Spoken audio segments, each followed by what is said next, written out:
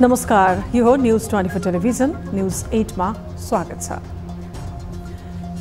नक्कली शरणार्थी प्रकरणपछि नागरिक समाज, अगुवा, दलका भातृ संगठन र नेताहरू जुर्मुराउन थालेका छन्। सडकदेखि सदनसम्म आन्दोलन र विरोध चलिरहेको छ। आन्दोलनको एउटै उद्देश्य हो भ्रष्टाचार नियन्त्रणमा कुनै पनि हस्तक्षेप नहोस्, निष्पक्ष छानबिनपछि दोषी कारबाहीको दायरामा आउन्। सरकारले जुन आँट देखाएर नक्कली शरणार्थी प्रकरणलाई अनुसन्धान गरिरहेको छ, यो खुसीको विषय हो। तर यसबारे विभिन्न आशंका भने कायमै छन्। नक्कली शरणार्थी प्रकरणको अनुसन्धानबाट हौसिएका प्रधानमन्त्री पुष्पकमल दाहाल प्रचण्डले लडाकु शिविर घोटाला काण्डको छानबिन गर्लान्? प्रश्न यता पनि तेर्सिएको छ। भ्रष्टाचारीको मुख पनि हेर्दिन भन्ने नेताहरू आफ्नै पार्टीका ठूला भ्रष्टाचारीहरू पालेका रहेछन् भन्ने तथ्य त नक्कली शरणार्थी प्रकरणबाटै थाहा भइसक्यो। अब उपरान्त दलहरूले यी शीर्षस्थलाई बचाउने कुचेष्टा नगरिदिए मात्रै पनि जो कोही भ्रष्टाचार वा गलत काम गर्नबाट एक कदम पछि हट्नेछ। आन्दोलन, बलिदानी, त्याग र पसिना बग्नुसम्म बगिसके।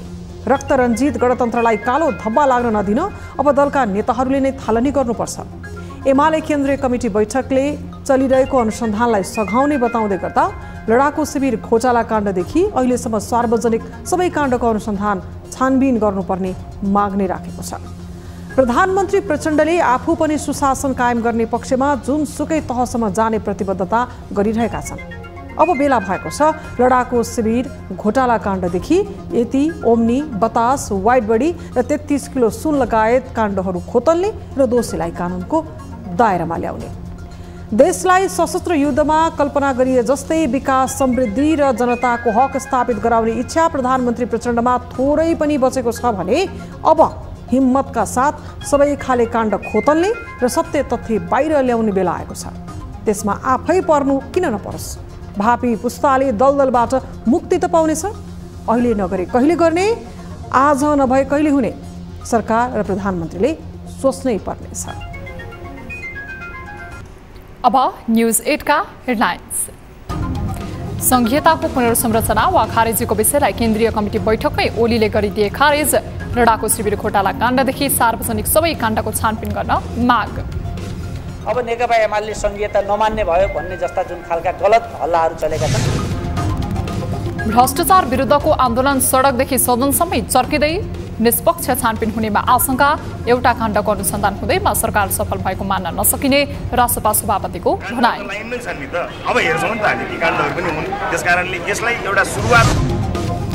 भारतले मिचेका भूमि फिर्ताका लागि कूटनीतिक पहल थाल्नुपर्ने पूर्व राष्ट्रपति विद्यादेवी भण्डारीको भनाइ। लिपुलेख, लिम्पियाधुरा र कालापानीबाट भारतीय सुरक्षा फौज हटाउनुपर्ने वामदम्बीको माग। सम्पूर्ण रूपले चुस्त र स्पष्ट राख्नु। वसन्त ऋतुको सगरमाथा आरोहण शनिबारदेखि सुरु। आइफल डाक्टरद्वारा चुचुरोसम्म डोरी टाक्ने काम सम्पन्न। आरोहण खुलेसँगै आरोहीमा खुसियाली।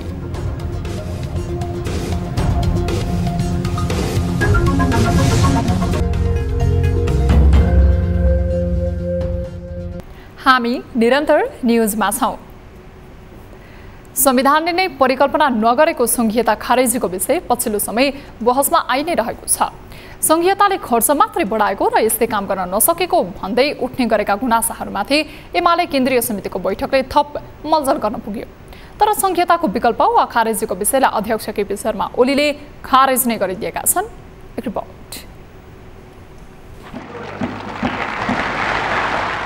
2072 मा नेपालको संविधान जारी भएपछि मुलुक संघीयतामा गयो। 7 प्रदेशको संरचनामा संघीय शासन प्रणाली अहिले चलिरहेको छ। तर प्रदेशको नेतृत्व गरेकाहरूदेखि दलका शीर्ष नेताहरूले नै संघीयताले आफ्नो औचित्य पुष्टि गर्न नसकेको भन्दै गुनासो गर्दै आएका छन्। राष्ट्रिय प्रजातन्त्र पार्टीले त संघीयता खारेजीलाई मुख्य राजनीतिक मुद्दा नै बनाएको छ। यता राष्ट्रिय स्वतन्त्र पार्टीले समेत प्रादेशिक संरचनामाथि प्रश्न उठाउँदै जानीबुझी उम्मेदवारी नदिएको सभापति रवि लामिछानेको दाबी थियो। संघीयताले औचित्य पुष्टि गर्नुपर्ने आवाज उठिरहेको बेला एमालेमा ओलीका विश्वासपात्र मानिने गोकुल बास्कोटा र महेश बस्नेत लगायतका नेताहरूले संघीयता खारेजीको विषय प्रवेश गराएपछि भने पुनः विभिन्न कोणबाट बहस सुरु भएका छन्। एमाले नै संघीयताको विरुद्धमा उभिन लागेको भन्दै राप्रपाका वरिष्ठ उपाध्यक्ष रविन्द्र मिश्रले खुसी नै मनाएका छन्। तर यो खुसीलाई ओलीले खारेज गरिदिएका छन्। ओलीले संविधान बनाउन एमालेले ठूलो योगदान पुर्याएको र एमालेले अपनत्व लिनुपर्ने बेला संघीयता खारेजीको विषय उठाउनै नसकिने भन्दै बास्कोटा र बस्नेतको प्रस्तावलाई ठाडै खारेज गरिदिएका हुन्। पार्टी केन्द्रीय कमिटी बैठक समापन गर्दै ओलीले आफ्नो पार्टीले संघीयताबारे पुनर्विचार गर्ने कुरा सोच्न पनि नसकिने प्रस्ट्याएको प्रचार विभाग उपप्रमुख विष्णु रिजालले बताए। नेकपा एमालेको चालु केन्द्रीय कमिटीको बैठकमा संघीयताका बारेमा बहस सुरु भयो। नेकपा एमाले संघीयतामा पुनर्विचार गर्ने भयो। अब नेकपा एमाले संघीयता नमान्ने भयो भन्ने जस्ता जुन खालका गलत हल्लाहरू चलेका छन्, यिनलाई अध्यक्ष कमले सम्पूर्ण रूपमा खारेज गर्नुभएको छ। संघीयतामा गएपछि प्रदेशको नामाकरणमा देखाएको असन्तुष्टि, आन्दोलन र प्रदेश सरकारहरू केन्द्र आश्रित बन्न खोज्दा यसले प्रभावकारी काम गर्न सकेको देखिन्न। यही मौका पाएका दल र केही नेताहरूले संघीयता नै खारेजीको विषय चर्काउने गरेका छन्। तर तत्काल संघीयता खारेज गर्न संविधान संशोधन नै गर्नुपर्ने लगायतका धेरै झन्झट छन्। यद्यपि संघीय प्रणालीलाई पुष्टि हुने गरी काम गर्नुपर्ने अवस्था पक्कै आइलागेको छ। अन्यथा बिस्तारै यो प्रणालीमाथि प्रश्न मात्रै नभई खारेजीको अभियान हुँदै आन्दोलन नै नहोला भन्न सकिन्न। न्युज 24 टेलिभिजनका लागि राजनीतिक ब्युरो। नेकपा एमालेको केन्द्रीय कमिटीको बैठक विभिन्न निर्णय गर्दै टुङ्गिएको छ। एमालेले 5औं केन्द्रीय कमिटीको बैठकले माओवादी लडाकु शिविरको छानबिनदेखि सार्वजनिक भएका विभिन्न काण्डमा स्वतन्त्र छानबिनको माग गरेको छ। एक रिपोर्ट। झापामा गर्ने भनिएको एमालेको 5औं केन्द्रीय कमिटी बैठक काठमाडौँमा सम्पन्न भयो। एमाले अध्यक्ष केपी शर्मा ओलीको गृह जिल्ला झापामा गर्ने भनिएको कार्यक्रम अन्तिममा काठमाडौँमा गरिए पनि यसबारे विभिन्न कोणबाट विषयहरू सार्वजनिक भए। संघीयता खारेजीदेखि मिसन ग्रान्ट्स रुटको विषयमा छलफल गरेको एमाले लगातार 3 केन्द्रीय कमिटी बैठकमा अनुपस्थित हुने नेतालाई कारबाही गर्ने बताएको छ। व्यापारिक घरानालाई बजेट निर्माणमा संलग्न गराई करका दर हेरफेर गरिएको भन्दै आपत्ति जनाएको एमाले लडाकु शिविरको छानबिनको माग गरेको छ। लडाकु शिविर घोटाला काण्ड लगायतका चर्चामा आएका सबै काण्डहरूको निष्पक्षतापूर्वक छानबिन अघि बढाउन सम्बद्ध निकाय समक्ष आह्वान गर्दै यस्ता छानबिनमा पार्टीको पूर्ण सहयोग रहने विश्वास एमालेको छ। यस्तै संघीयताको विषयमा बहस भएको भन्दै आएका समाचारहरू अध्यक्ष ओलीले खारेज गरेको दाबी छ। यो संविधान निर्माण भए बापत मुलुकले नाकाबन्दी भोग्दा समेत त्यसको दृढतापूर्वक नेतृत्व गर्ने र सामना गर्ने पार्टी नेकपा एमाले हो। यो पार्टीले यो संविधानलाई विशृङ्खल गर्ने, यो संविधानलाई हल्लाउने, यो संविधानका पिलरहरूलाई चलाउने अहिले कुनै पनि काम गर्न सक्दैन र त्यो काम सोच्न पनि सक्दैन। यो कुरा हाम्रो पार्टीको अध्यक्ष कमरेडले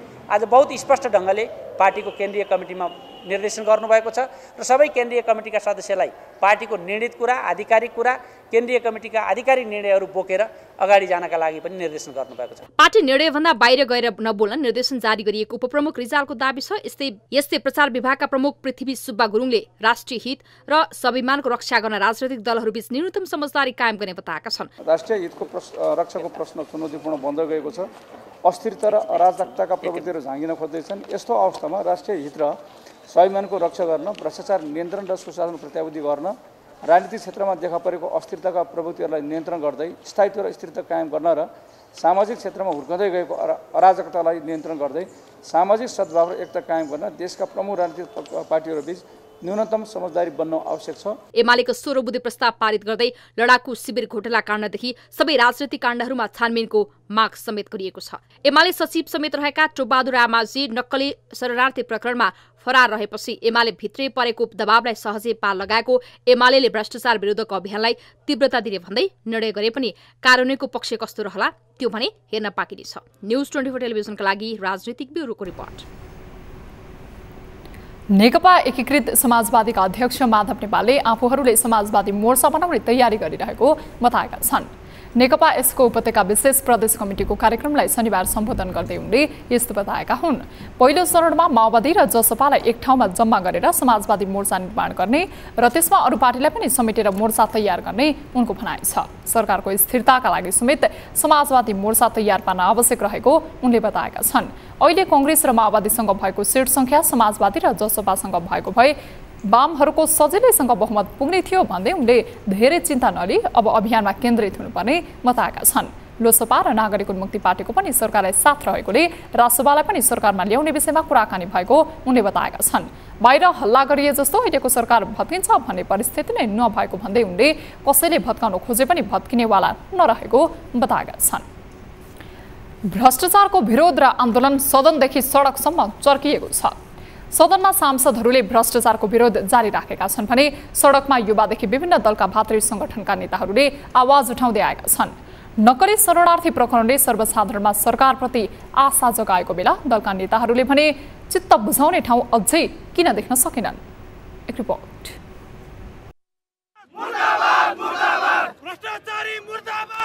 काठमाडौँको नक्सालमा नागरिक अगुवाहरू मिलेर भ्रष्टाचार र भ्रष्टाचार ढाक्छो विरुद्ध बृहत आन्दोलन गरिरहेका छन्। भ्रष्टाचार निर्मूल पार्नका लागि सबैले मिलेर अघि बढ्नुपर्ने भन्दै नागरिक समाज र अगुवाको आन्दोलनमा दलका नेताहरू सहभागी हुने र आफ्ना कुराहरू राख्ने प्रचलन पुरानो नै हो। यही क्रममा राष्ट्रिय स्वतन्त्र पार्टीका सभापति रवि लामिछानेले कार्यक्रम स्थलमा पुगेर सरकारले भ्रष्टाचारका फाइल खोलेर मात्रै नहुने दावी गरेका छन्।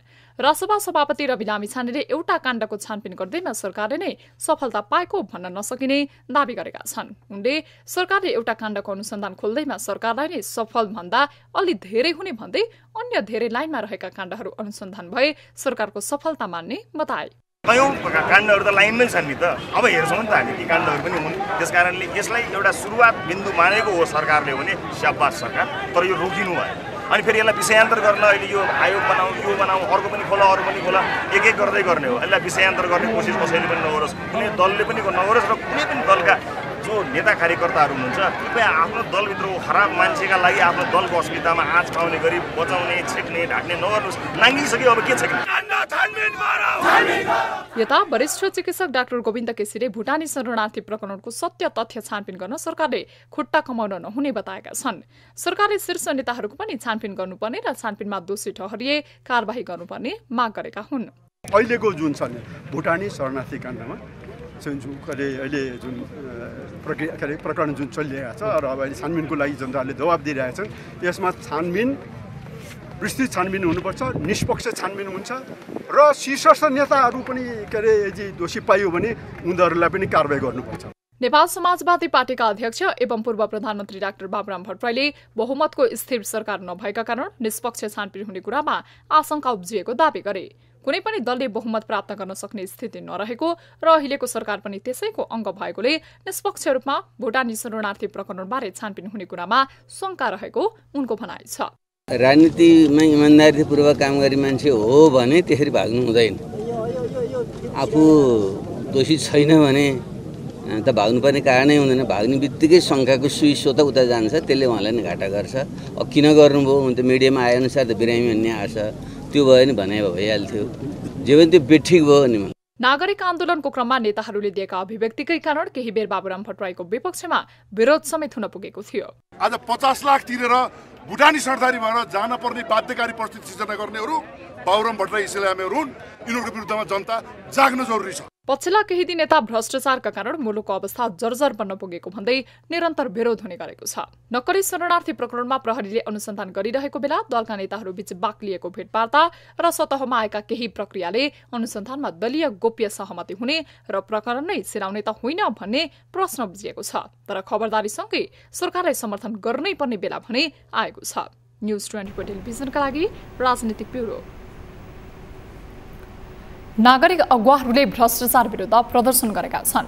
शनिबार काठमाडौँको माइतीघर मण्डलामा भ्रष्टाचारीहरूलाई तत्काल कानुनी दायरामा ल्याई कारबाही गर्न माग गर्दै विरोध प्रदर्शन गरेका हुन्। नागरिक अगुवा सहितको टोलीले माइतीघरमा जम्मा भई भ्रष्टाचार विरोधी विभिन्न सांगीतिक प्रस्तुति समेत दिएका छन्। विरोध प्रदर्शनमा बोल्दै राष्ट्रिय स्वतन्त्र पार्टीका सांसद आसिम शाहले आफूले यस प्रकरणबारे संसदमा पनि आवाज उठाएको र अहिले नागरिक स्तरबाट आवाज आइरहेकोले सशक्त रूपमा सदन र सडकमा उभिएको बताए। उनले राजनीतिको परिभाषा नै पैसा कमाउने हो भन्ने प्रवृत्ति देखिएकोले यस्तो प्रवृत्ति चिर्न आवश्यक रहेको बताएका छन्।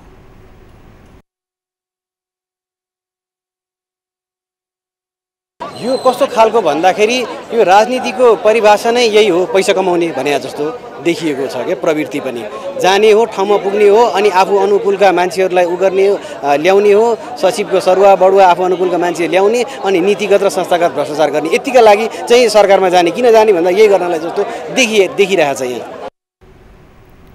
विरोध प्रदर्शनमा सहभागीहरूले जनताले देशको सुरक्षा गर्नका लागि पठाएका मानिसहरू भ्रष्टाचारी पनि रहेकोले सबै नागरिकले आवाज उठाउनुपर्ने बताए। गल्ती गर भने पाइला मान्छे इन्ची मान्छे क्यारे लगेर यिनले चाहिँ कारबाही गरेर चाहिँ जनतालाई थला पार्छन्। अनि यिनको मात्र यो देश हो त? हामी जनताको चाहिँ होइन त? जब कि प्रमाणसहित बाहिर आउँदाखेरि पनि एउटा मान्छे कसरी चाहिँ फरार हुन्छ, किन फरार हुन्छ, यत्रो भित्रको सेटिङ हो कि जसलाई चाहिँ हामीले निर्वाचित गरेर गृह मन्त्रालयसम्म हाम्रो सुरक्षा गर है भनेर पठाएका थियौँ। उनीहरू नै मानव तस्कर भएर निस्किरहेका छन्, नेपाली नागरिक बेचिरहेका छन्, भ्रष्टाचार यस्तो धेरै अगाडि आइसक्यो। प्रदर्शनकारीहरूले जनता मूर्ख छन् भनेर अहिले पनि नेताहरूले ठगिरहेको आरोप समेत लगाए।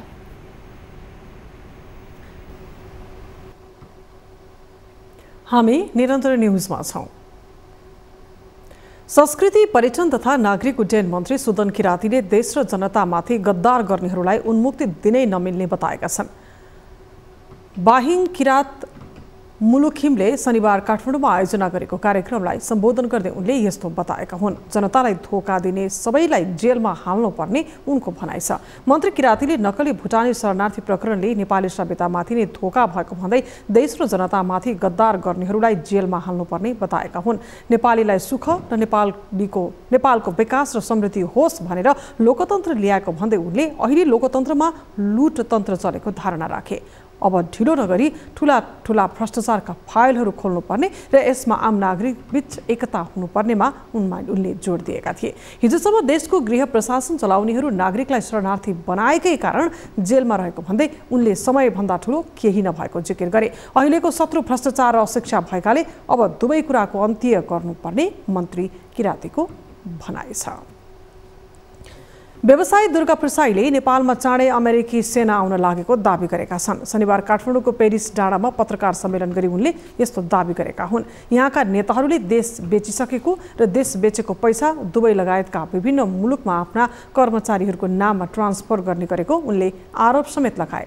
नेपालका ब्याङ्कहरूले 33 किलो सुनको पैसा दुबईको एस्कोडा ट्रेडिङ कन्सर्ट भन्ने कम्पनीमा हुन्डाई मार्फत वैधानिक रूपमा पठाएको प्रमाण आफूसँग रहेको उनको जिकिर छ। उनले अहिलेसम्म नेताहरूले देशबाट 32 खर्ब रुपैयाँ विदेशी ब्याङ्कमा पठाएको समेत बताए। नेपालका राजनीतिज्ञ भन्दा आफू 100 कदम अगाडि रहेको भन्दै उनले आफूले संहिता ठिक छैन भनेको कुरालाई अहिले नेकपा एमालेले पनि प्रश्न उठाइरहेको बताए। आर्थिकको कुरा गर्ने हो भने विज्ञहरूलाई मैले भने नि दुर्गा प्रसाई मेरो अगाडि विज्ञहरूलाई ल्याउनुहोस्, म डिस्कस गर्न चाहन्छु यो पैसा कसरी गएको छ र कहाँ गएको छ। मैले भने नि विज्ञ को छ त मसँग आओस्, म कुरा गर्न चाहन्छु विज्ञसँग। व्यवसायी प्रसाईले जनताले नेताहरूलाई कारबाही गर्ने अभियान सञ्चालन नगरे देशले कहिले सुख नपाउने समेत धारणा राखे। लिपुलेक, लिम्पिया, धुरा र कालापानी लगायत भूमि समेटेर नेपालको संसदले जारी गरेको नयाँ नक्सा बमोजिमको जमिन नेपालले अझै प्रयोगमा ल्याउन पाएको छैन। नेपालले नक्सामा समेटेका ती भूभाग अझै भारतले नै प्रयोग गरिरहँदा फेरि नेपालले नै यस जमिनको प्रयोग गर्नुपर्ने विषय चर्चामा आइरहेको छ। एक रिपोर्ट। सार्वभौम संसदले लिपुलेक, लिम्पियाधुरा र कालापानी लगायतका भूमि समेटेर जारी गरेको नयाँ प्रशासनिक नक्सा प्रयोगमा आइसकेको छ। संसदमा यो विषयमा तत्कालीन सांसद सरिता गिरी भएका सांसदहरूले पक्षमा मतदान गरेका थिए। तत्कालीन प्रधानमन्त्री केपी ओलीको पालामा जारी भएको यो नक्साको नेपालमा खुलेरै चर्चा भए पनि भारतमा भने विरोधका स्वरहरू देखिएका थिए। त्यसपछि नेपालले कूटनीतिक पहलबाट भूमि फिर्ता ल्याउने बताए पनि अझैसम्म यो भूभागमा भारतको नै कब्जा रहेको छ। यो विषयमा पूर्व राष्ट्रपति विद्यादेवी भण्डारीले कालापानी, लिपुलेक र लिम्पियाधुरा नेपालले आफ्नो नक्सामा समाविष्ट गरेर संविधानको अंग बनाएसँगै मुलुकको सार्वभौमिकता, राष्ट्रिय एकता र राष्ट्रियताप्रति ऐतिहासिक रूपमै नयाँ चेतनाको सञ्चार भएको र त्यसलाई कार्यान्वयनमा लैजान दुवै मुलुकका राजनीतिक तथा कूटनीतिक नेतृत्वले विशेष ध्यान दिनुपर्ने धारणा राखेकी छन्। हामीलाई थाहा छ मुलुकहरू बीचको भौगोलिक सिमाना कतिपय अवस्थामा द्विपक्षीय कूटनीतिको विषय बन्ने गर्दछ। हामीले आज चर्चा गरिरहेको नेपाली भूगोल हामीसँगै सभ्यताले जोडिएको मित्र राष्ट्र भारतसँग समेत विभिन्न कारणले सम्बन्धित हुन पुग्यो। त्यसकारण दुई देश बीचको भौगोलिक सिमानालाई सम्पूर्ण रूपले चुस्त र स्पष्ट राख्नु पर्दछ। नक्सामा मात्रै पाइएको जमिन फिर्ता कहिले हुन्छ भन्ने चासो आम सर्वसाधारणमा व्याप्त छ। तर भारतले आफू अनुकूलका संरचना निर्माणदेखि विकास निर्माणका कामहरू सुचारू गरिराखेकोले पनि तत्काल नक्सामा भएको जमिनको प्रयोगमा आउन सक्ने देखिन्न। तर राष्ट्रिय सभा सदस्य समेत रहेका पूर्व उपप्रधानमन्त्री वामदेव गौतमले पनि कालापानी, लिपुलेक र लिम्पियाधुराबाट भारतले तत्काल आफ्ना सुरक्षा फौज र कर्मचारी फिर्ता लैजानुपर्ने बताएका छन्। भारतले नेपालका धेरै भूगोल मिचेको उल्लेख गर्दै उनले त्यो भूभाग फिर्ता लिन नेपाललाई अन्तर्राष्ट्रिय कानूनहरूले पनि सहयोग गर्ने स्पष्ट पारे। अहिले उसले मिचेको छ, हाम्रो सिमाना धेरै ठाउँमा मिचेको छ र त्यहाँ हाम्रो भूभागै मिचेर लगेको छ। नेपाल सरकारसित कहिले सम्झौता गरेको छैन, त्यो लिएर गएको छ। त्यो हामीले फर्काउनै पर्छ, फर्किनै पर्छ, किनकि हाम्रो सार्वभौमिकता खण्डित भएको छ। नेपाल भारत बीच सीमा विवाद कायम रहे पनि विशिष्टीकृत सम्बन्धका कारण पनि समस्या समाधानका लागि जटिल अवस्था रहेको ठानिन्छ। नेपाल भारतको संयुक्त टोलीले तयार पारेको इपिजी प्रतिवेदन बुझ्न नमानेको भारतले मिचेका भूमि लिपुलेक, लिम्पियाधुरा र कालापानी फिर्ता सहजै दिन मान्दा यो जटिल प्रश्न हो। तर दलीय सहमति र एक स्वरका साथ यसको विकल्प खोज्नु बाहेक अन्य उपाय भने देखिँदैन। त्यसैले राष्ट्रिय मुद्दामा राष्ट्रिय सहमतिको कुरा यस क्षेत्रमा उठाउँदा उपयुक्त हुन्छ कि? न्यूज 24 टेलिभिजनका लागि राजनीतिक ब्युरो। सरकारले अदालतमा विचाराधीन फौजदारी मुद्दा पनि राजनीतिक सहमति र सम्झौतामा फिर्ता लिन पाउने गरी केही नेपाल ऐन संशोधन विधेयक दर्ता गरेको छ। टिकापुर घटनामा दोषी ठहर भई सजाय भोगिरहेका रेशम चौधरीको मुद्दा फिर्ता मनसायले दर्ता भएको यो विधेयकले फौजदारी मुद्दाको राजनीतिकरण गर्ने प्रयास कानुनी राज्यको लागि कति सुपाच्य होला? एक रिपोर्ट। बुधबार संसद सचिवालयमा मुलुकी फौजदारी कार्यविधि संहिता 2074 का केही व्यवस्था संशोधन गरी राजनीतिक दलका नेता तथा कार्यकर्ता विरुद्धका जुनसुकै मुद्दा पनि फिर्ता लिन पाउने गरी केही नेपाल ऐन संशोधन विधेयक दर्ता भए। कुनै राजनैतिक दलले वा समूहले मुलुकको राजनैतिक प्रणालीसँग असहमत रही हिंसात्मक क्रियाकलाप सञ्चालन गरिरहेकोमा यस्तो राजनैतिक दल वा समूह शान्तिपूर्ण राजनीतिको मूलधारमा आउन नेपालको संविधान र प्रचलित कानूनको अधीनमा रही शान्तिपूर्ण राजनैतिक क्रियाकलाप सञ्चालन गर्ने प्रतिबद्धता जनाई नेपाल सरकारवादी भई दायर भएको मुद्दा फिर्ता लिने सहमति भएकोमा यस्तो सम्झौता बमोजिम यस्ता राजनैतिक दल वा समूहको नेता तथा कार्यकर्ता विरुद्धमा जुनसुकै मुद्दा जुनसुकै तहको अदालतमा विचाराधीन भए तापनि फिर्ता लिन बाधा पर्ने छैन। मुलुकी फौजदारी कार्यविधि संहिता 2074 मा संशोधनको दफा 116 को कमा थपिएको छ। यदि संसदमा सो विधेयक पारित भए अदालतमा विचाराधीन रहेका फौजदारी अभियोग लागेका मुद्दाहरू सहजै राजनीतिकरण हुने निश्चित छ। रेशम चौधरीलाई रिहाईको एक मात्र शर्त राखेर नागरिक उन्मुक्ति पार्टी हाल सरकारमा छ, जसबाट रेशम चौधरीकी श्रीमती उन्मुक्ति पार्टीकी अध्यक्ष रञ्जिता श्रेष्ठ भूमि सुधार मन्त्री बनेकी छन्। त्यसैले पनि टिकापुर घटनामा दोषी ठहर भई सजाय भोगिरहेका रेशम चौधरीको मुद्दा फिर्ता लिने मनसायले सो संशोधन विधेयक बनेको सहजै अनुमान लगाउन सकिन्छ। ती अपराधका घटनाहरूलाई राजनीतिक रूपान्तरण सँगसँगै शान्ति वार्ताका माध्यमबाट होस् अथवा सरकार र त्यो विद्रोही पक्षका बीचको सहमतिका माध्यमबाट होस् त्यसलाई ढाकछोप गरिँदै आएको छ। एउटा ठुलो समुदाय थारू समुदाय जो वञ्चितकरणमा लामो समयदेखि परेको छ उहाँहरूको पनि सेन्टिमेन्टको सम्बोधन गरिनुपर्नेछ र देशमा शान्ति सुव्यवस्था कायम गर्ने जिम्मेवारी पाएको ठुलो संस्था नेपाल प्रहरीका झन्डै सबै आइजिपीहरू नै गएर सरकारसँग आग्रह गर्नुभएको थियो, किन हाम्रो मोरल जोगाउनुपर्छ भनेर, हाम्रो चाहिँ काम गर्ने मोरल जोगाउनुपर्छ भन्ने उहाँहरूको आग्रह थियो। त्यो बिचको एउटा बाटो निकाल्नुपर्छ भन्ने मलाई लाग्छ। 2072 साल भदौ 27 गते कैलालीको टिकापुरमा थरुवट आन्दोलनका क्रममा 1 बालक र नेपाल प्रहरीका एसएसपी सहित 7 जनाको ज्यान गएको थियो। प्रहरीका उच्च अधिकारी मारिएको यो घटनाका मुख्य दोषी ठहर भई रेशमलाई जिल्ला र उच्च अदालतबाट जन्मकैद फैसला भएको थियो। सोही फैसलाका कारण रेशमले जेल जीवन बिताइरहेका छन्। यो संशोधन विधेयक पारित भएमा विभिन्न मुद्दा खेपिरहेका विप्लव नेतृत्वको नेकपा तथा जनमत पार्टीका नेता कार्यकर्ताले पनि उन्मुक्ति पाउनेछन्। यस्ता प्रावधान राखेर गर्न लागि ऐन संशोधन प्रक्रियाले फौजदारी मुद्दालाई पनि राजनीतिकरण गर्न सजिलो हुने, जसले गर्दा अपराधीले प्रश्रय पाउने आशंका व्यक्त छ। न्यूज 24 टेलिभिजनका लागि पुष्पा शर्माको रिपोर्ट। बर्दियाका 2 नगरपालिका र सदरमुकाम जोड्ने जब्दी पुलको अवस्था 6 वर्षदेखि नाजुक छ। निर्माण कम्पनी पप्पू कन्स्ट्रक्सनले बनाएको यो पुल निर्माण सम्पन्न भएपछि हस्तान्तरण हुन नपाउँदै 2074 सालमा भासिएको थियो। पुल पुनः निर्माणका लागि सांसद तथा जनप्रतिनिधिले संघीय सरकारको ध्यानाकर्षण गराउँदै आएको भए पनि पुलको जीर्णोद्धार भने हुन सकेन, जसका कारण सांसद सञ्जय कुमार गौतम पुल निर्माणमा सरकारलाई दबाब दिन पुलको छेउमै अनसन सुरु गरेका छन्। एक रिपोर्ट। बर्दियाको सदरमुकाम गुलरिया र बारबर्दिया नगरपालिका जोड्ने पुल बबई नदीमा आएको बाढीले भासिएको 6 वर्ष पूरा भयो, तर पुल अझै पुनर्निर्माण हुन नसक्दा स्थानीयले निकै शास्ति बेहोर्नु परेको छ। 2074 सालमा भासिएको जब्दी पुल 2079 सालको बाढीले 4वटा स्ल्याब भासिएको छ। 2074 साल असार 30 गते आएको बाढीले निर्माण सम्पन्न भएर हस्तान्तरण नभएको पुल भासिएपछि अहिलेसम्म पनि पुल निर्माण हुन सकेको छैन।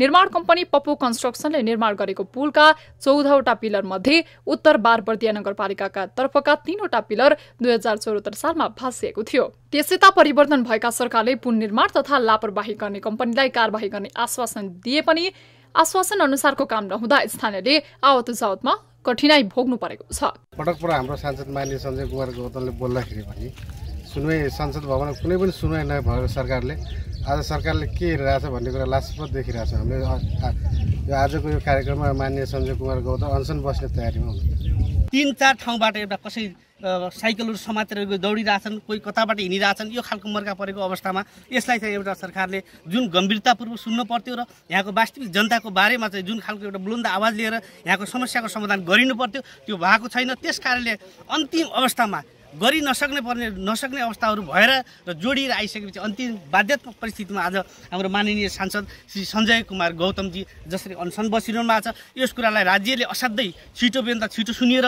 यसलाई चाहिँ हाम्रो समस्याको समाधान गर्नुपर्छ। भासिएको पुल हेरेर मात्र अहिलेसम्म नेपाल सरकारका मन्त्रीदेखि उच्च कर्मचारी दर्जनौं पटक जब्दी पुगेर आश्वासन दिइसकेका छन्। पटक पटक आफू मार्फत सरकारलाई दबाब दिँदा पनि पुनर्निर्माण हुन नसकेपछि संघीय सांसद सञ्जय कुमार गौतमले त अनसन नै सुरु गरेका छन्। त्यसले ठाउँ पाएन, त्यसले निकास पाएन, त्यसले इज्जत पाएन, त्यो भाषा बुझिएन, त्यो भाषालाई सुनिएन। त्यही भएर यो निर्णय गर्न म बाध्य भएँ। मलाई थाहा छ राम्रोसँग, मेरो हैसियत थाहा छ, मेरो पोजिसन थाहा छ, मेरो भूमिका थाहा छ।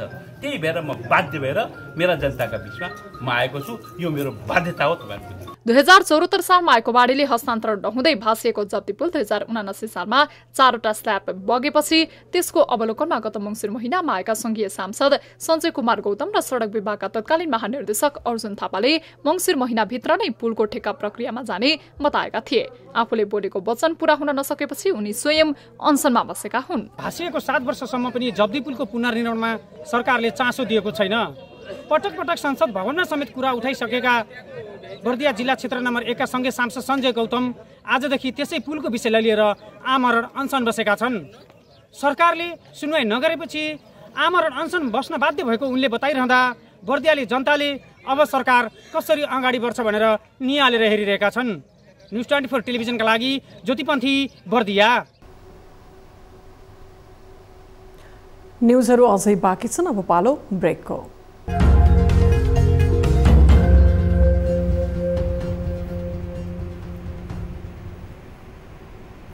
हामी निरन्तर न्युजमा छौं। गण्डकी प्रदेश सरकारका सामाजिक विकास तथा स्वास्थ्य मन्त्री सुशीला सिमखडाले संघीयता विरोधी स्वरहरू उठिरहेको अवस्थामा त्यसको रक्षाका लागि लोकतान्त्रिक पार्टीहरू एकजुट हुनुपर्ने बताएका छन्। नेपाल राष्ट्रिय अभिभावक सङ्घ गण्डकी प्रदेशको प्रथम सम्मेलनलाई शनिबार पोखरामा सम्बोधन गर्दै मन्त्री सिमखडाले राजतन्त्र फर्काउनका लागि भएका गतिविधिहरूलाई निरुत्साहित पार्ने दायित्व लोकतन्त्रवादीहरूको रहेको बताएकी हुन्। सम्मेलनलाई सम्बोधन गर्दै उनले शिक्षाको गुणस्तरीयता र विद्यार्थीको भविष्यप्रति आफूले प्रभावकारी शिक्षा नीति बनाउने प्रतिबद्धता समेत व्यक्त गरेकी छन्। यस शिक्षालाई अगाडि बढाउनको लागि मैले गर्ने क्याबिनेटमा बसेर गर्ने कुरा मैले ऐनहरू बनाउन सक्ने रहेछ भने केही ऐनहरू परिवर्तन गरेर केही विज्ञ साथीहरूसँग तपाईँ अभिभावकहरूसँग बसेर म केही ऐनहरू पनि परिवर्तन गर्ने कुरा म तपाईँहरूसँग प्रतिबद्धता जाहेर गर्छु। अभिभावकहरूले पनि विद्यार्थीको हितमा निस्वार्थ भावनाले कुनै पनि दलगत स्वार्थमा नलागी विद्यालयको शिक्षाको गुणस्तरमा ध्यान दिन आवश्यक रहेको उनको भनाइ छ। राष्ट्रिय स्वतन्त्र पार्टीसँग नाम जोडिएका कृषि विज्ञ मदन राई यौन दुर्व्यवहारको आरोपमा प्रहरी हिरासतमा छन्। रासपाको केन्द्रीय सदस्य समेत रहेको भन्दै मदनको नाम सार्वजनिक भएपछि यति बेला रासपाबारे समेत विभिन्न टिप्पणी हुन थालेको छ। के मदन राई रासपाको केन्द्रीय सदस्य नै हुन् त के हो उनको वास्तविकता? एक रिपोर्ट। यी हुन् 75 वर्षीय मदन राई। विद्यार्थीहरूलाई छोरा छोरी भन्दै कृषि कर्ममा संलग्न हुन र यसको सम्मान गर्न उनी निरन्तर पहरेदारी गर्छन्। कृषि विज्ञका रूपमा चिनिने यिनै मदन बालबालिकामाथि यौन दुर्व्यवहार गरेको आरोपमा जीवनको उत्तरार्धमा प्रहरी हिरासतमा पुगेका छन्। सुभद्रा मदन फाउन्डेसनका सञ्चालक समेत हुन्। खोटाङ स्थित सुभद्रा मदन फाउन्डेसन शुभम मार्फत जनजागृति उच्च माध्यमिक विद्यालयको व्यवस्थापन र सञ्चालन गर्ने गरेका छन्। यसै फाउन्डेसनमा रहेका विद्यार्थीहरूमाथि नै यौन हिंसा गरेको आरोपपछि मदन प्रहरी हिरासतमा पुगेका हुन्। तर आफूले यौन हिंसा नगरेको दावी गरेका छन् मदनले शिक्षा र ज्ञान दिन आफूले यस्तो गर्ने गरेको दावी गर्छन्। प्रहरीमा उजुरी परेपछि पक्राउ पर्ने संकेत पाएका मदनले पक्राउ पर्नु अघि यस्तो सन्देश लेखेका छन्। यसअघि पनि यौनको विषयलाई सामान्य रूपमा लिनुपर्छ भन्दै सार्वजनिक अन्तर्वार्ता दिने मदन यौनबारे जथाभावी नै बोल्ने गर्छन्। अंग्रेजीमा हुन्छ भन्ने, संस्कृतमा हुन्छ भन्ने, संस्कृत र अंग्रेजी त अन्तर्राष्ट्रिय भाषा हो, विदेशी भाषा हो। नेपालीमा हुन्न भन्ने तपाईँ को हो? मेरो तपाईहरूलाई चुनौती नै त्यसैमा हो। यिनै मदनले विद्यार्थीहरूलाई अनैतिक काममा लगाउने, यौन दुर्व्यवहार गर्ने, संवेदनशील अंगमा छुने लगायतको अपराध गरेको आरोपमा प्रहरी हिरासतमा छन्। मदन पक्राउ परेपछि हल्ला फैलियो। उनी राष्ट्रिय स्वतन्त्र पार्टीका केन्द्रीय सदस्य हुन्। मदन रासोपाको केन्द्रीय सदस्य रहेको हल्लापछि अनेक टिप्पणी भए। त्यसपछि रासोपा महामन्त्री मुकुल ढकालले विज्ञप्ति नै जारी गरेर उनी र रासोपाको कुनै साइनो नरहेको दावी गरेका छन्। रासोपाले 2079 भदौ 11 गते उपत्यका भेलाको कार्यक्रममा खुला मञ्चमा मदन राईलाई कृषि विज्ञको रूपमा मात्रै ल्याएको दावी महामन्त्री मुकुलको छ। विभिन्न क्षेत्रमा ख्याति कमाएका व्यक्तिलाई देखाएर पार्टीको पपुल्यारिटी बढाउने रणनीति अख्तियार गरेको रासोपाले उनलाई पार्टीमा भित्र्यायो वा भित्र्याएन त्यसको स्वतन्त्र पुष्टि हुने आधार भने यति बेला छैन। तर रासोपाले गरेको दावीलाई पत्याउने हो भने उनी रासोपाको साधारण सदस्य समेत होइनन्। तर मदनलाई प्रयोग गरेर रासोपाले जनतासँग नजिकिने बहाना खोजेको भने पक्कै हो। रासोपाले दुर्व्यवहारमा मुछिएका मदनलाई कानून बमोजिम कारबाहीको माग गरेको छ। यसरी कुनै बेलाका कृषि विज्ञ मदन अब तिरस्कारको पात्र बन्न पुगेका छन्। मदनले यसअघि दिएका सार्वजनिक अन्तर्वार्ता हेर्ने हो भने मात्रै पनि उनी यौनको मामलामा उच्छृङ्खल अभिव्यक्ति दिनेमै पर्ने व्यक्ति हुन्। मदनले गाउँका बालबालिकालाई शिक्षा र सिप दिए पनि यौन अपराध जस्तो गम्भीर विषयमा संलग्न रहेको आरोप खेपेपछि भने उनलाई सत्कर्म गरेका हुन् भनेर छाड्ने आधार छैन। प्रहरीले स्वतन्त्र अनुसन्धान गरिराखेको छ। प्रहरीले लगाएको आरोपलाई अदालतले पुष्टि नगरेसम्म उनी आरोपित मात्रै भएकोले अहिले नै उनलाई सत्तो सराप गर्नु वा देवत्वकरणमै उत्रिनु उपयुक्त समय भने देखिँदैन। न्यूज 24 टेलिभिजनका लागि ब्युरो रिपोर्ट। संहिता कार्यान्वयनको सवालमा अनेकौं प्रश्न उठिरहेका छन्। अझ 3 तहको सरकारको आपसी समन्वय र यसमा देखिएको अभावमाथि थप चर्चा हुने गर्छ। त्यसैले पनि स्थानीय सरकारसँगको समन्वय राम्रो बनाउन सुदूरपश्चिम प्रदेश सरकारले स्थानीय तहका सरकारसँग घनिष्ठता बढाउने प्रयास गरिरहेको छ। उसले वडा कार्यालयहरूको निरीक्षण समेत गरिरहेको छ। एक रिपोर्ट। राज्य सञ्चालनका लागि देशमा 3 तहका सरकार छन्, तर जनताले त्यसको प्रत्यक्ष अनुभूति गर्न नपाएको गुनासो बढेको छ। सरकारहरूमा आपसी समन्वयको अभाव पनि उत्तिकै देखिने गरेको छ। त्यसबाट जनता नै प्रत्यक्ष प्रभावित हुने गरेका छन्। त्यसैले 3 तहका सरकारबीच समन्वय बढाउन सुदूरपश्चिम प्रदेश सरकारले अभियान सुरु गरेको छ। जसअनुसार सुदूरपश्चिम प्रदेश सरकारले गत चैत्र 27 र 28 गते 2 दिने कार्यक्रमको आयोजना नै गरी प्रदेशभरका गाउँपालिका र नगरपालिकाहरूसँग छलफल गर्यो। हाम्रा नीति योजनाहरूलाई पनि प्रक्रियागत रूपमा अगाडि बढाउने हामीले कोसिस गरेका छौँ र यसमा सबैलाई स्थानीय तहका जनप्रतिनिधिहरूलाई, आम बुद्धिजीवी वर्गलाई, हैन, सबैलाई यसमा चाहिँ साथ दिन सहयोग गरिदिनु हुन पनि तपाईँहरूको मिडिया मार्फत म आग्रह गर्न चाहन्छु। पहिलो कार्यकालका जनप्रतिनिधिहरूले प्रदेशको योजना नहेरी सम्पन्न भएको सिफारिस पठाउन बाहेक केही गर्न सकेनन्, जसका कारण भ्रष्टाचार मौलाएको आकलन गरिएको छ।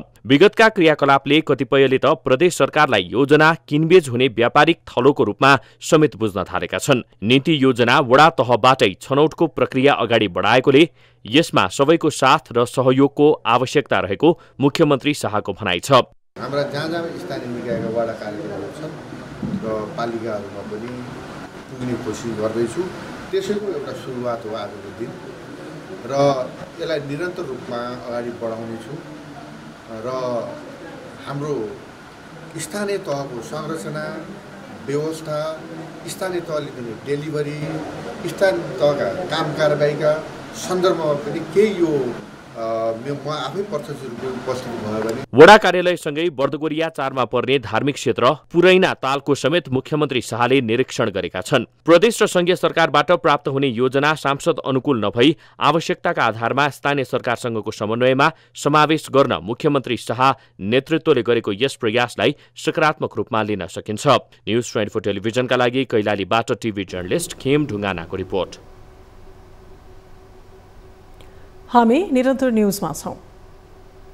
युवा तथा खेलकुद मन्त्री डिक बहादुर लिम्बुले कोशी प्रदेशको नामाकरणको विवादमा हिंसात्मक आन्दोलन गरी मुठभेडको अवस्था आउने र मुलुक नै संकटमा पर्न सक्ने बताएका छन्। शनिबार विराटनगरमा सञ्चारकर्मीहरूसँग कुरा गर्दै खेलकुद मन्त्री लिम्बुले यस्तो धारणा राखेका हुन्।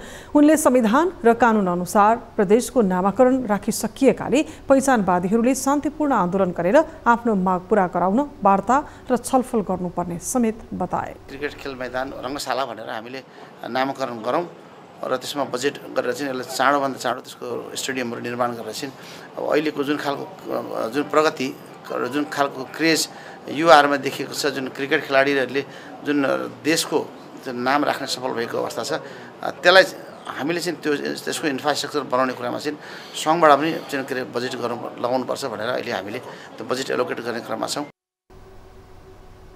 यस्तै मन्त्री लिम्बुले खेलकुद क्षेत्रको विकास र प्रवर्धन, 3 तहको सरकारबीच अधिकार बाँडफाँड तथा खेलकुदका कर्मचारीहरूलाई व्यवस्थापन गर्नका लागि खेलकुद ऐनमा संशोधन गरिने बताए। बागमती सफाई महाअभियानका क्रममा नदी किनारामा फोहोर फाल्नेलाई स्थलगत रूपमै जरिवाना गरिएको छ। राष्ट्रका लागि हप्ताको 2 घण्टा स्वयंसेवा नाराका साथ सुरु सफाई अभियानका क्रममा स्थलगत रूपमै जरिवाना गरिएको हो। बागमती सफाई महाअभियानले प्रत्येक शनिबार बिहान आयोजना गर्ने जागरणमूलक सफाईका क्रममा सिनामङ्गल पुल मुनिको नदी किनारमा फोहोर फाल्ने लक्ष्मीनारायण शर्मा र हिमालयन बिल्डर्सलाई 10-10 हजार गरी 20 हजार जरिवाना गरिएको अभियानकर्मी चक्रबहादुर चन्दले जानकारी दिए। काठमाडौँ महानगरपालिकाले सफाई स्थलमै रसिद काटेर दोषीलाई कारबाही गर्ने अभियान नै चलाउने भएको छ। विक्रमसम्म 2070 जेठ 5 देखि सुरु भएको बागमती सफाई महाअभियान प्रत्येक शनिबार बिहान 2 घण्टा सञ्चालन हुने गरेको छ।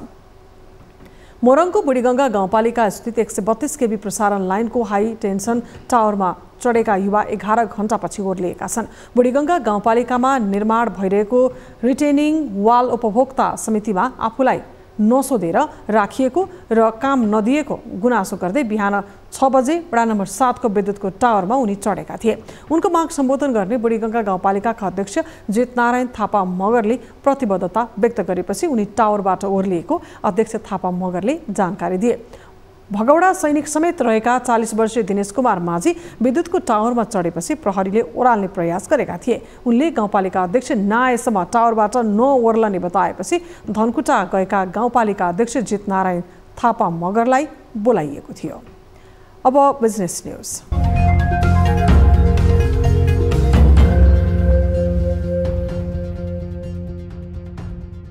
उद्योग वाणिज्य तथा आपूर्ति मन्त्री रमेश रिजालले सबै औद्योगिक समस्याहरू समाधान गर्ने बताएका छन्। शनिबार उदयपुर सिमेन्ट उद्योग लिमिटेडको अनुगमन तथा निरीक्षण गर्ने क्रममा मन्त्री रिजालले उद्योगलाई चलायमान बनाउन सरकार लागि परेकोले सबैले आफ्नो क्षेत्रबाट योगदान पुर्याउनु पर्ने बताएका हुन्। उनलाई कर्मचारी तथा उद्योगभित्रका युनियन प्रमुखहरूले बेला बेलामा उद्योग बन्द हुने समस्याहरू सम्बोधन गरिदिन आग्रह गर्दै संयुक्त ज्ञापन पत्र बुझाएका थिए। ज्ञापन पत्र बुझ्दै मन्त्री रिजालले उद्योग क्षेत्रका सम्पूर्ण समस्याहरू सम्बोधन गर्न सरकार तयार रहेको बताए। साथै उनले मुलुकभित्र औद्योगिक विकासका लागि आफू निरन्तर लागि परेको दाबी समेत गरे।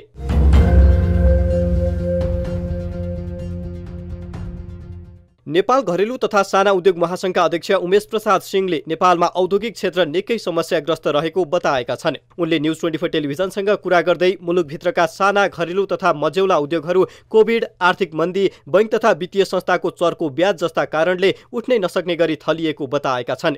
यसका लागि सरकारले आगामी आर्थिक वर्षको बजेट मार्फत राहतका प्याकेजहरू ल्याउनु पर्नेमा उनको जोड छ। अध्यक्ष सिंहले औद्योगिक क्षेत्रलाई चलायमान बनाउन तत्काल सरकारले निशुल्क उद्योग नवीकरणको व्यवस्था, बैंक तथा वित्तीय संस्थामा कर्जाको ब्याज 1 वर्षसम्मका लागि मिनाहा ब्याजदर सिंगल अङ्कमा ल्याउनु पर्ने लगायतका मागहरू अघि सारेका छन्। विगतका वर्षहरूमा आर्थिक बजेट जसरी आए र मौद्रिक नीति आए, तर जुन आयो त्यसलाई कार्यान्वयन पक्ष धेरै फितलो थियो। हामी के चाहन्छौँ, हामी अहिले कोभिडबाट थलिएका उद्योगीहरूलाई आउने दिनहरूमा हामीलाई यो राहतको प्याकेज अनिवार्य हाम्रो आवश्यकता महसुस गरेका छौँ। किनभने आर्थिक मन्दीमा रहेकोले हाम्रो अवस्था के छ भने हामीले छाक टार्न पनि गाह्रो भइरहेको छ। हालसम्म नेपालमा करिब 6,18,000 भन्दा बढी उद्योगहरू दर्ता भएका छन्।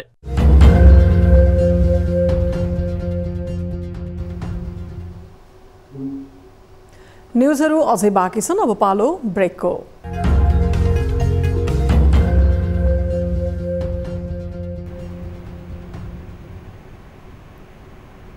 हामी निरन्तर न्युजमा छौँ। अब स्पोर्ट्स न्युज।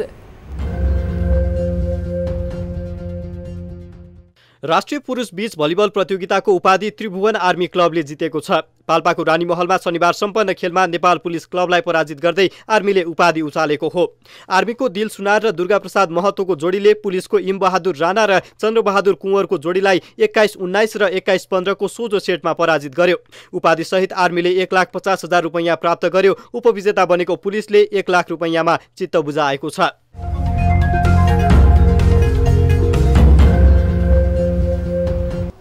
हामी निरन्तर न्युजमा छौँ। अब वेदर अपडेट।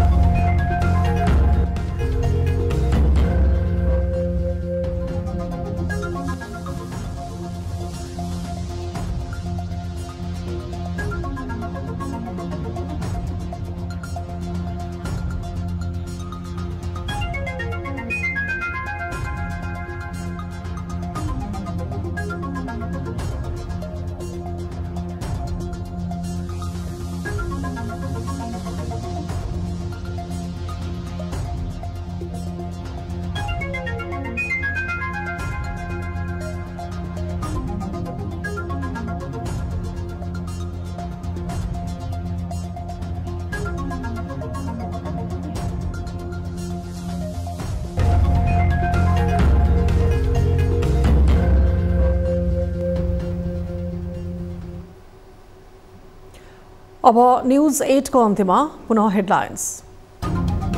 संहिताको पुनर्संरचना वा खारेजीको विषयलाई केन्द्रीय कमिटी बैठकमै ओलीले गरिदिए खारेज। लडाकु शिविर खोटला काण्डदेखि सार्वजनिक सबै काण्डको छानबिन गर्न माग।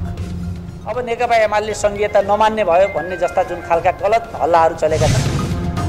भ्रष्टाचार विरुद्धको आन्दोलन सडकदेखि सदनसम्मै चर्किँदै निष्पक्ष छानबिन हुनेमा आशंका। एउटा काण्डको अनुसन्धान हुँदैमा सरकार सफल भएको मान्न नसकिने रासपा सभापतिको भनाई। काण्डहरू त लाइनमै छन् नि त, अब हेर्छौँ नि त हामी ती काण्डहरू पनि हुन्। त्यसकारणले यसलाई एउटा सुरुवात। भारतले मिचेका भूमि फिर्ताका लागि कूटनीतिक पहल थाल्नुपर्ने पूर्व राष्ट्रपति भण्डारीको भनाई। लिपुलेख, लिम्पियाधुरा र कालापानीबाट भारतीय सुरक्षा फौज हटाउनुपर्ने बामदेव गौतमको माग। सम्पूर्ण रूपले चुस्त र स्पष्ट राख्नु। वसन्त ऋतुको सगरमाथा आरोहण शनिबारदेखि सुरु। आइफल डाक्टरद्वारा चुचुरोसम्म डोरी टाङ्ने काम सम्पन्न। आरोहण खुलेसँगै आरोहीमा उसियाले।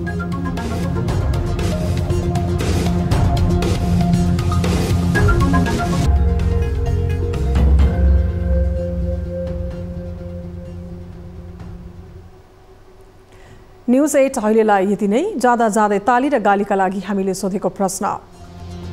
टिकापुर घटनामा मुछिएकाहरू विरुद्धको मुद्दा फिर्ता लिन सरकारले ऐन संशोधन गर्न खोजेको छ। सरकारको यस्तो प्रयासले मृतकका परिवारलाई न्याय दिन्छ भनेले तालीमा र दिँदैन भनेले गालीमा। हाम्रो पात्रको एप्लिकेसनमा गएर भोट गर्न सक्नुहुनेछ।